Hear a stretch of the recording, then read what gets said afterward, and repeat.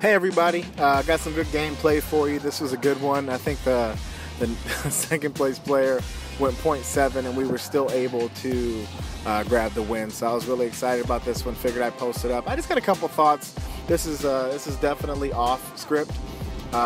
Just a couple of things, and just talking about winning gunfights and what kind of goes into that, and some things that you should be thinking about as you are running into the Crucible, especially with Trials of Osiris coming up. So, obviously, a big part of any FPS is going to be aim. Okay, but what does that mean? I think there's so much more that kind of goes into creating a good player, and I think I listed out some basic steps that I feel are necessary for you being able to be successful in these gunfights. Obviously aim is a major thing, but that's not the whole piece of the puzzle. So let's get into it a little bit. So first, there's positioning. Now, we've gone over this video, time and time again. Positioning is, you can have amazing aim, but if you don't have great positioning, the problem is you're never going to be able to flaunt it. You're never going to be able to show that you're a great player. If you keep putting yourself in situations that you're overrun by 3, 4 guys sometimes when they're in teams, or just, with no cover, nothing kind of watching you back, then you're going to have a bad time. You could be the greatest player in the world, you can have the best shot, but if you consistently put yourself in a position where you're getting gunned down, then it's going to be a problem. I've seen a lot of great players out there. One of the best attributes that they all have is their positioning. Obviously you can always, you'll have those moments where you'll be able to go against 2, 3 people and come out on top, but it's not something that you should be making a habit of. So first of all, it's positioning. That's the first thing that you want to think about when hopping in there. And you'll see a little bit of that in this gameplay. This is why I wanted to post. I think it was a good video to kind of show all of the points that I'm making. You can see by my movements that I'm making good use of my radar. And my positioning, my target acquisition. That's the next point we're going to talk about. It's just a couple of things that, and this video kind of brings out a lot of the points that I'm trying to make here, which is why I included it. So next is going to be target acquisition. So what does that mean exactly? Obviously target acquisition is just, acquiring your target, but there's a couple more things that go into that. Let's think about, what about priority of targets? If I'm on shores of time, okay, and I'm trying to, let's say, get C, all right?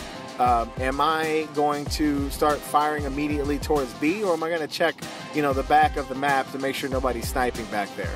Again, I think people kind of lose sight of what's going on. They come around that corner, ADS, and trying to, lock down B on shores of time, when they forget there's a whole other world out there. There's a lot of different people, and especially with snipers out there that could, just be hiding out in the bushes waiting to take you out. So make sure that you're picking the right targets. Make sure that you do a checklist. I think it's like the police do when they infiltrate a building, or do a raid or something like that. They check their corners first. They don't just run to where they believe the fugitive to be.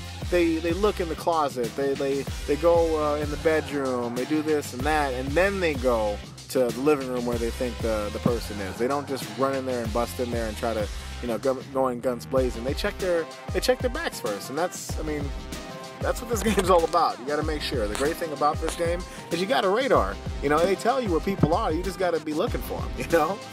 Next is going to be target acquisition is sensitivity. That's the easiest kind of thing to kind of throw in there. It's, can you put your target on another Guardian at a moment's notice? And a big part of that, again, is sensitivity. It's picking the right one for you. I have a video in here actually covering sensitivity, because I do believe that Destiny rewards a higher sensitivity, just because of, I like to get in the mix of things. Now, it may not be so much so for like a sniper or support role, scout, sniper type roles. You want a lower sensitivity because you're trying to hit position hits from quite a distance. So that, if you're not one of the players that likes to get in there in the thick of things, then yeah, lower sensitivity would work for you. But being somebody who likes to play a lot of control, I find it really beneficial to have a higher sensitivity, so I can deal with those blink shotgunners. So with the low frame of view, with Fell Winter's Lie out there,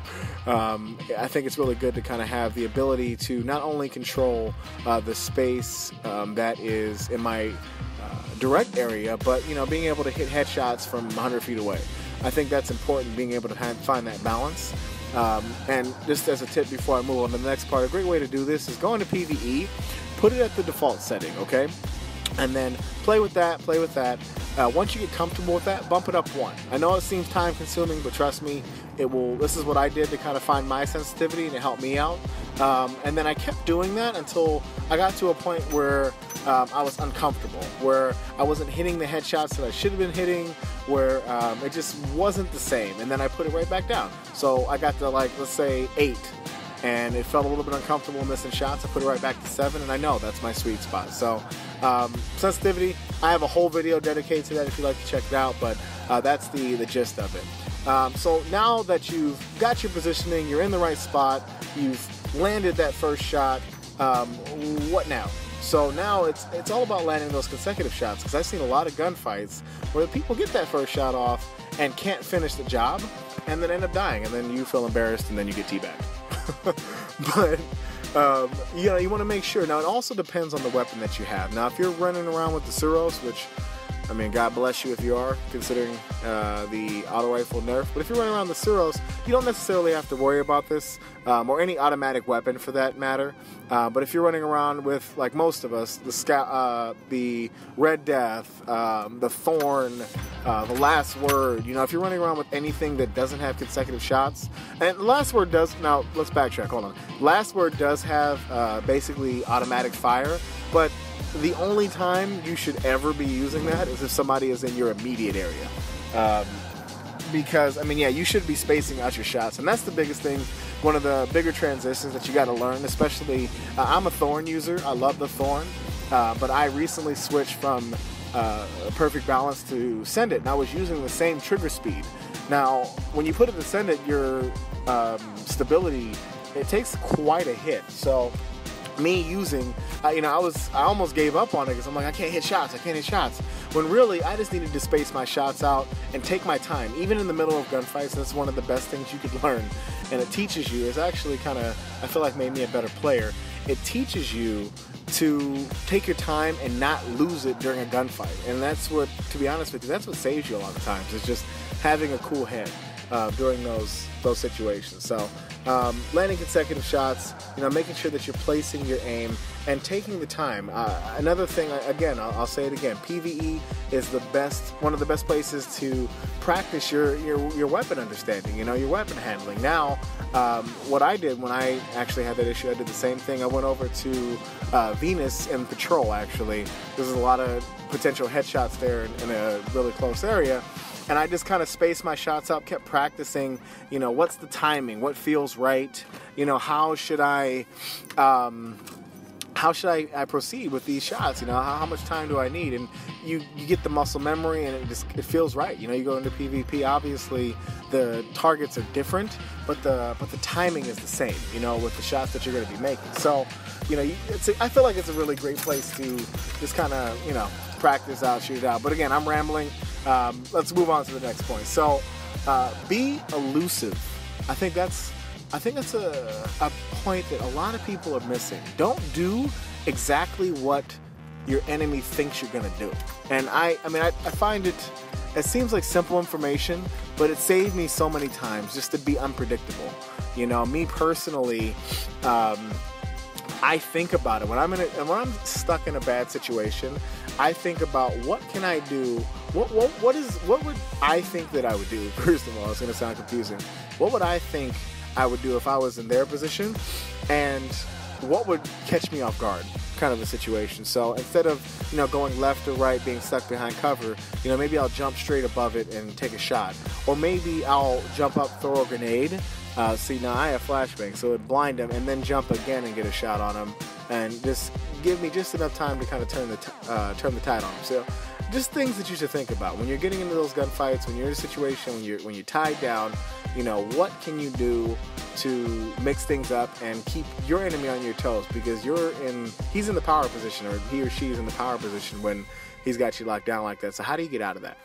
So also, last but not least, prepare for, once that fight is over, once you win, prepare for the next fight. Don't think that everybody's just going to stand by and clap when you kill somebody, especially on their team. They're just going to be like, oh, wow, that was really nice. Good job. No, they're not going to do that. They're going to start putting bullets into you probably as you're shooting at him. So you want to make sure that you can get into cover, you can regroup, get your health back, all that good stuff. As soon as you're done killing somebody, dip.